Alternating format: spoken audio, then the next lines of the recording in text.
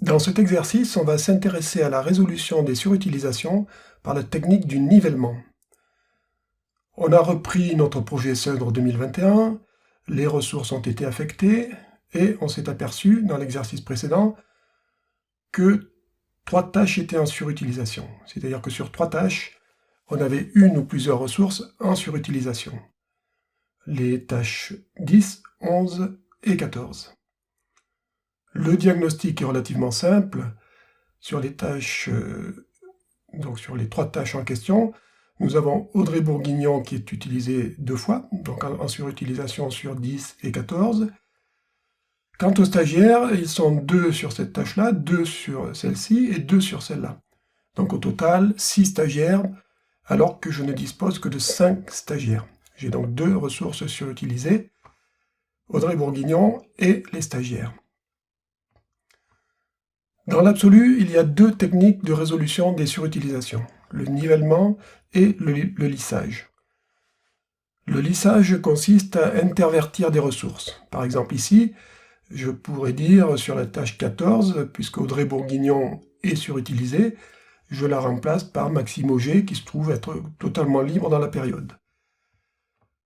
Le lissage, le logiciel ne le fait pas de lui-même. Donc on n'en parlera pas plus. Deuxième technique, et c'est celle qu'on utilisera, c'est le nivellement. Le nivellement consiste à utiliser les marges disponibles, si possible, et à décaler dans le temps une tâche en surutilisation. Alors les marges disponibles, on se souvient qu'on peut les visualiser dans le format le choix marge. Donc ici, je vois que sur les 3 tâches en question, la 11 a une marge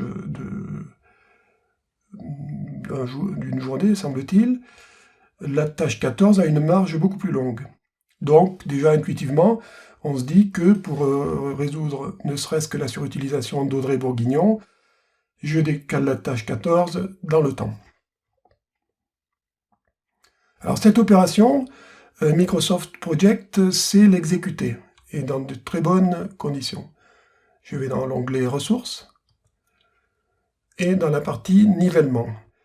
On avait vu dans l'exercice précédent la boîte de dialogue Nivellement des ressources. Et on avait paramétré la surutilisation heure par heure. Donc je laisse tout paramétrer comme ça. Je pourrais faire niveler tout, mais je vais faire OK juste pour valider ces paramétrages-là.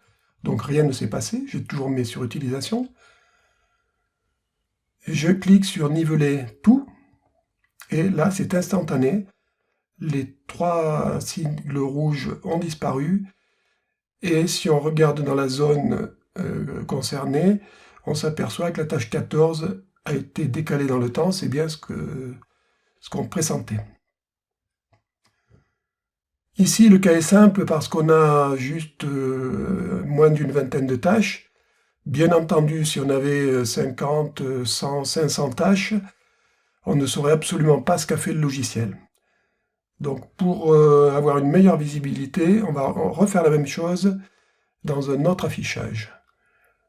Je reviens aux conditions initiales en cliquant sur supprimer le nivellement, ensemble du projet oui. Donc je me retrouve bien dans les circonstances du début avec mes 3 surutilisations. Je change d'affichage, je vais dans plus d'affichage, tout à fait en bas de la liste, et je cherche nivellement du Gantt. Voilà, nivellement du Gantt, appliqué. Donc voilà un affichage qui va être beaucoup plus adapté parce qu'il nous permettra de visualiser ce qu'a fait le logiciel. On a des barres du Gantt qui sont doublées. La partie noire, c'est la situation avant nivellement. La partie bleue, c'est la situation après nivellement. Et les barres beaucoup plus fines correspondent, comme tout à l'heure, aux marges libres.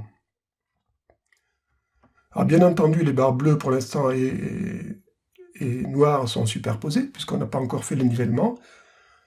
Je vais faire la même chose que tout à l'heure, niveler tout. Voilà. Alors bien entendu, les 3 sigles rouges ont disparu. Bien entendu, la tâche 14 a été décalée, hein, c'est exactement la même chose que tout à l'heure, mais visuellement c'est beaucoup plus clair. puisque j'ai la position de la tâche 14 avant nivellement et sa position après nivellement. J'ai le reste de marge libre ici, et j'ai de l'autre côté une barre de couleur verdâtre qui correspond au retard de nivellement, c'est-à-dire au décalage du début de la tâche 14. Et j'ai également une colonne qui correspond à la même valeur, retard de nivellement, et je vois que c'est à 0 pour toutes les tâches, et que c'est à 3 jours écoulés, donc 3 jours calendaires pour la tâche 14. Il y aurait pas mal d'autres façons de faire le nivellement et surtout de visualiser ce qui se passe, mais pour cet exercice, on en restera là.